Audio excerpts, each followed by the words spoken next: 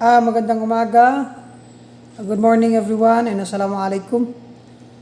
Today we will be discussing the module 2, the moral agent, session 1, which is the culture.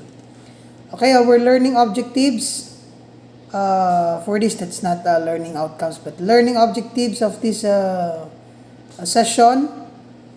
At the end of the class, the students will be able to emphasize the influence of culture on moral development and its differences, appreciate one's culture background, and discuss the culture as moral agent.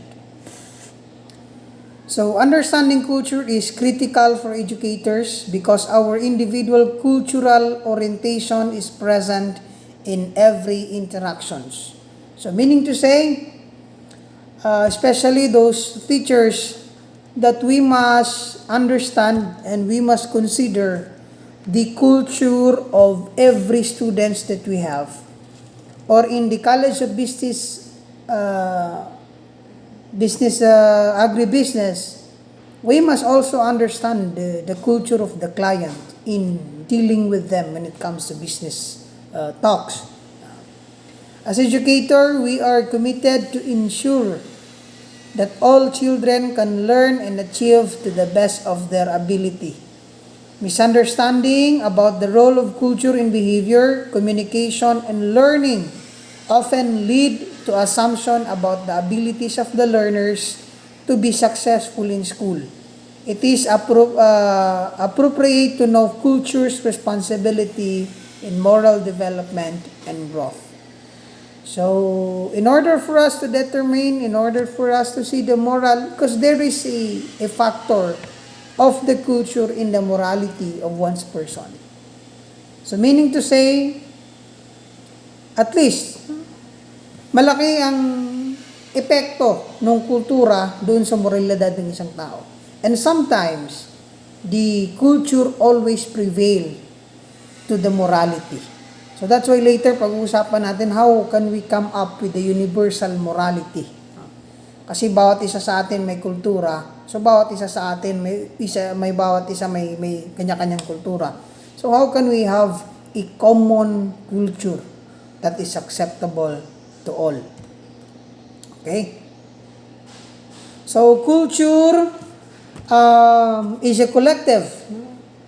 Is a collective attribute of a group, how they react, how they eat, how they perceive as good or bad, how they think is normal or not normal.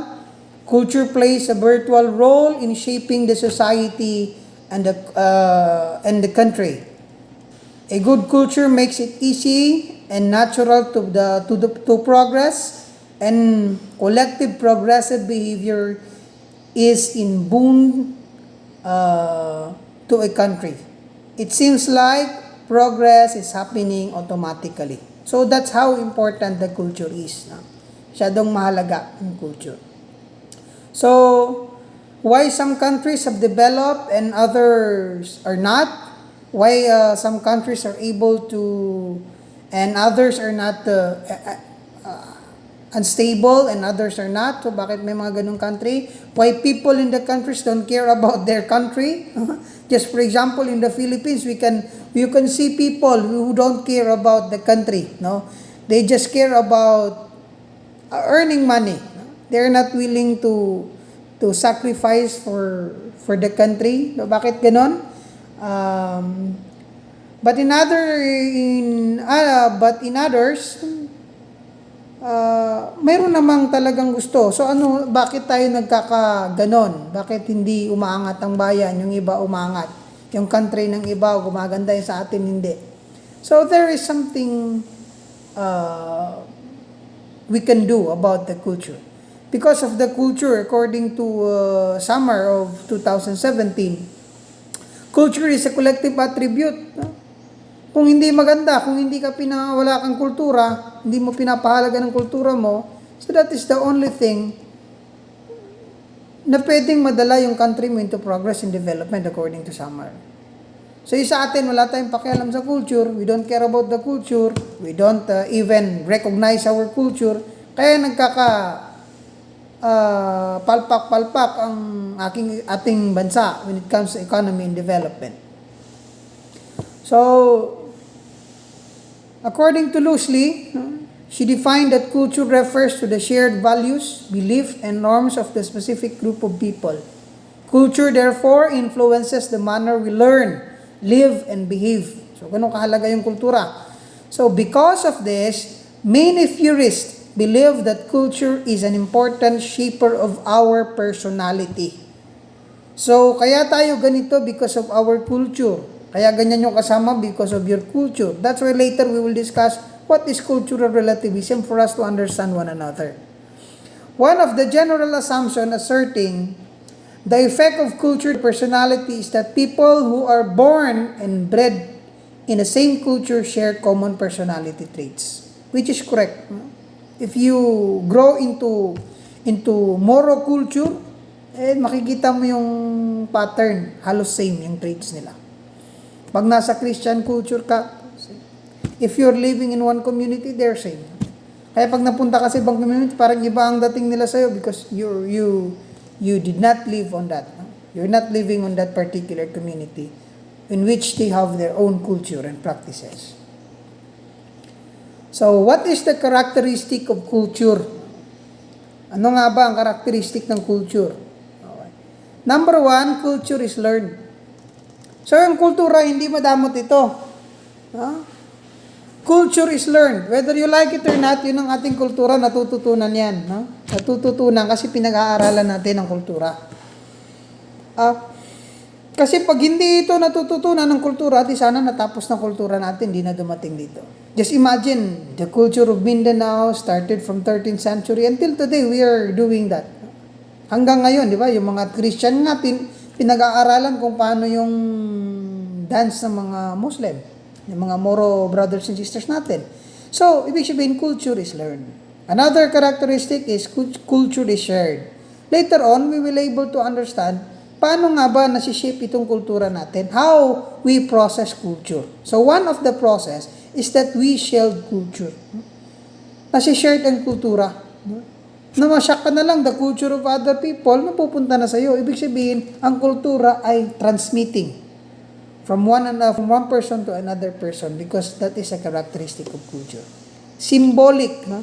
When we say symbolic, that means, just for example, no?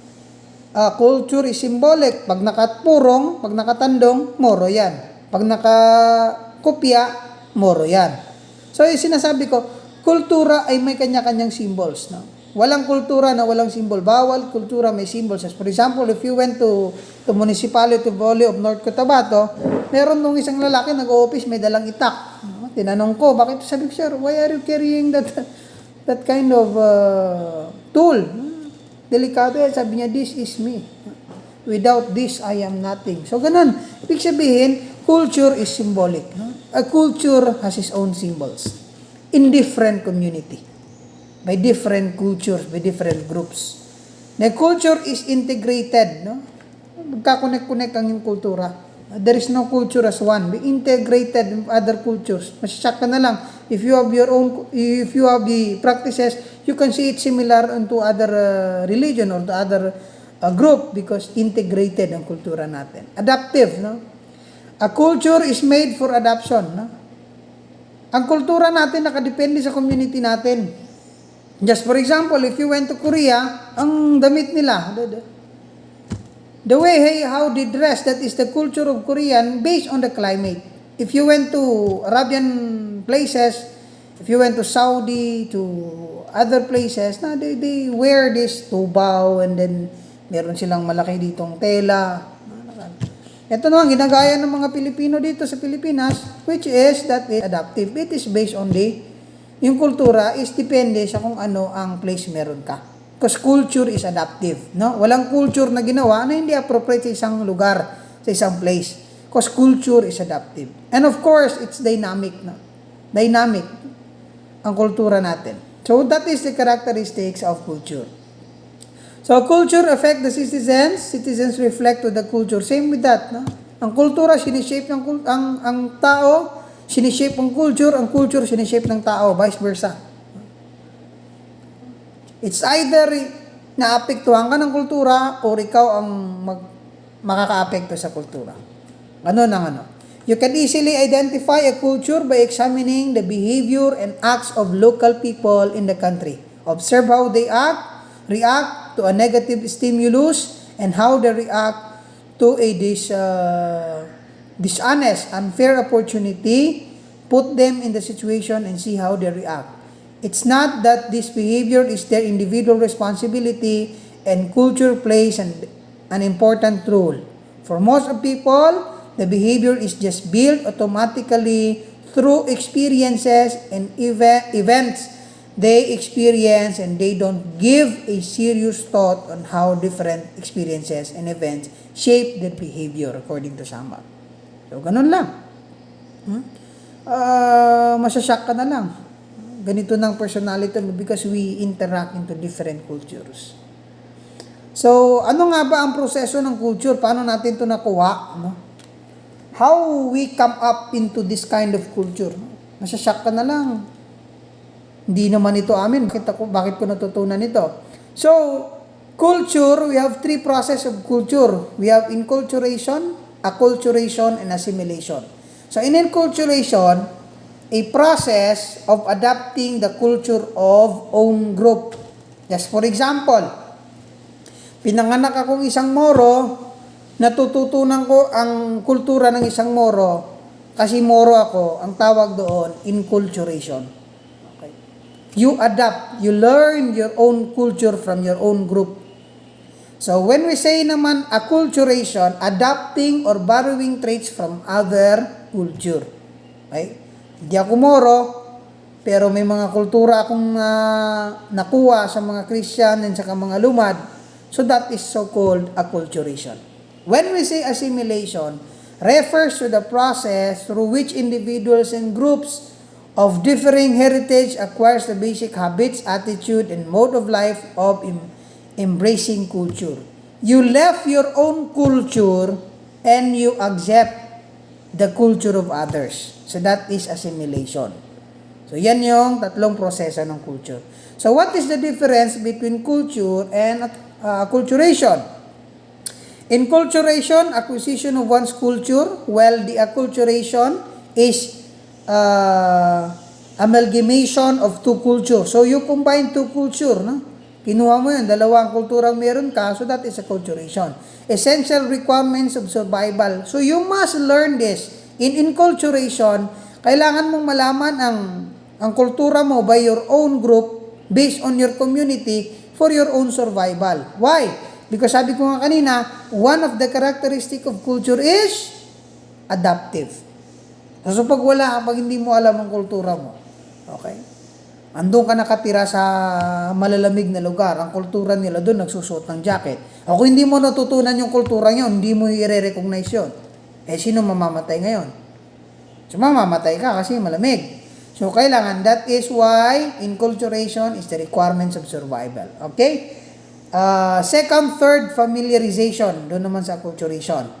So, very first familiarization process doon sa inculturation. Yung very first, no? Kung anong kinagisnan mo, yun ang matutunan mo, inculturation yun. Sa modification of cultural practices. So, since you wanted to modify, no? Gusto mong baguhin, medyo bago. Just for example, these Moro brothers and sisters natin, wala naman silang based on culture, hindi naman sila mag-aabay. Based on culture, yung kasal nila, hindi naman kailangang nakagaon. Based on culture, yung kasal nila, wala namang ring bearer. Pero because of the acculturation, the Moro community is now adopting the culture of the Christian. Yung mga ring bearer, yung mga abay, yung mga entourage, yung mga MC, and so marami pa. Meron pang tarpaulin. So in the culture of the Moro brothers, walang ganun. But because of acculturation process, they learn and they adapt, they modify their culture. Kaya naging dalawa yung kultura nila. So that is acculturation. Okay, next. So, differences in moral behavior of different culture. Culture, vary substantially in their promotion of transmission of multitude of moral judgment and behavior. Culture factors contributing to this variation include religion, social ecology, and the regulatory social institutions such as kinship, structure, and economic mix. So the moral status of a specific social behavior can vary widely across cultures. At the extreme, the most morally repugnant actions in one culture context, such as killing one daughter because she has been raped, can be seen as morally required in other cultural contexts. So there is a difference moral. Just for example, in the Arabs before, whereas the woman is just a woman. Ang mga babae ay babae lamang. I still remember when one of the caliph, they killed their own daughter before, during the pre-Islamic Arab. They killed their own daughter. That is their culture before, but it was changed. So none of us can say that their culture is wrong and our culture is correct, because we have different culture. We have different moral behaviors. Okay? So, various overlapping factors may occur in these differences, including cultural norms, environmental and structural variables, and demographic and economic factors. So, pwedeng magkakaiba-iba tayo ng culture, una doon, because of cultural norms. Magkaiba tayo ng belief. Environmental and structural variables. Magkakaiba na naman tayo because of that. So, that is the factors of why we have different cultures and moral behaviors. Demographic and economic factors. Magkakaiba din yun. Just for example, in other countries before, during the pre-modern society, they have countries in a place where a man, where siblings, yung magkakapatid ng mga lalaki, for example, 4 sila, ang aasawahin nila, isa lang. No? Isang babae lamang because of the economic factors. So that is our concern where there is a different moral behavior and different cultures. What happened, just for example, 4 kayo magkakapatid na lalaki, ang aasawahin ninyo, isang lang. Isang bawat lugar at bawat grupo ay may kanya-kanyang kultura. Let us respect one's culture. Assalamualaikum and good morning.